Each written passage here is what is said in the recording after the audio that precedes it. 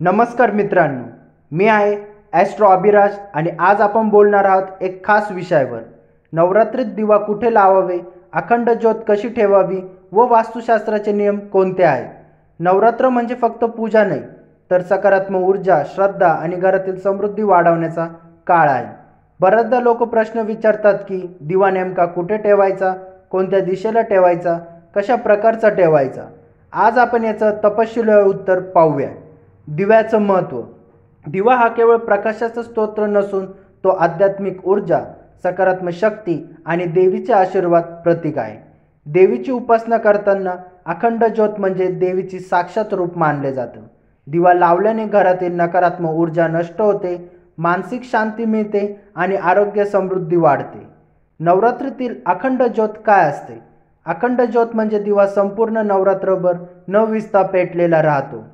याला महालक्ष्मीची कृपा, दुर्गेचे आशीर्वाद आणि घरातील सदैव सकारात्मक ऊर्जा टिकवणारी ज्योत असे मानले जातात. पण ही ज्योत कुठे ठेवावी, कशी व कोणत्या नियमाने ठेवावी हे फार महत्त्वाचं आहे. दिवा कोणत्या दिशेला ठेवावे? वास्तुशास्त्राचे दिव्याची दिशा अत्यंत महत्त्वाची आहे. पूर्व दिशा. सूर्य उदय इथूनच होतो, म्हणजेच ज्ञान, प्रगती आणि शांततेचं प्रतीक. पूजा करताना दिवा पूर्व दिशेला ठेवला तर घरात सकारात्मक वाढते. उत्तर पूर्व ईशान्य दिशा. ही दिशा सर्वात शुभ मानली जाते. अखंड ज्योत जर शक्य असेल तर ईशान्य कोपऱ्यात ठेवावी. त्यामुळे घरातील सर्व अडचणी दूर होतात आणि देवीची कृपा कायम राहते. दक्षिण दिशा टाळावी. दक्षिण दिशेला दिवा ठेवणं अशुभ मानले जातं. यामुळे नकारात्मक ऊर्जा आकर्षित होते. दिवा कुठल्या भांड्यात व कशाने लावावे? दिवा. मातीचा दिवा सर्वात श्रेष्ठ मानला जातो. पितळी दिवा सुद्धा शुभ आहे, याने दीर्घकाळ प्रकाश राहतो.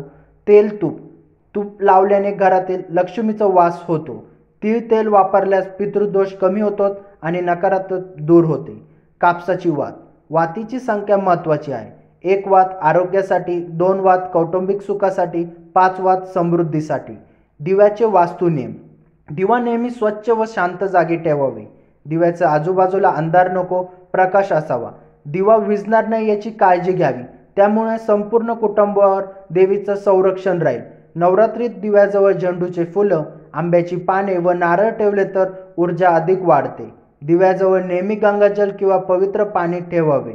अखंड ज्योत टिकवण्यासाठी उपाय. दिवा विझू नये म्हणून तेल किंवा तूप नेहमी भरून ठेवावे.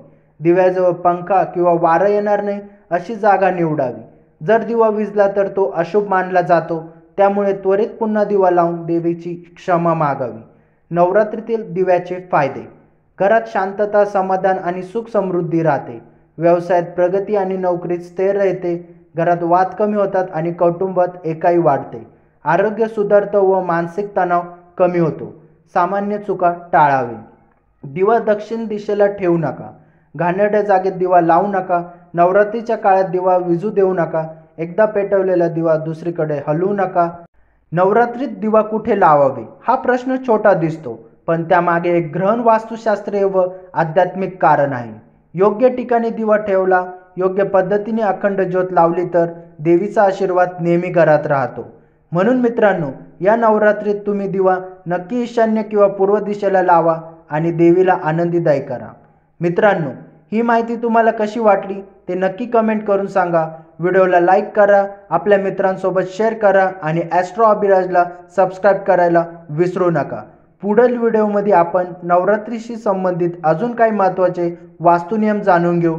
तोपर्यंत देवीचा आशीर्वाद तुमच्यावर राहो.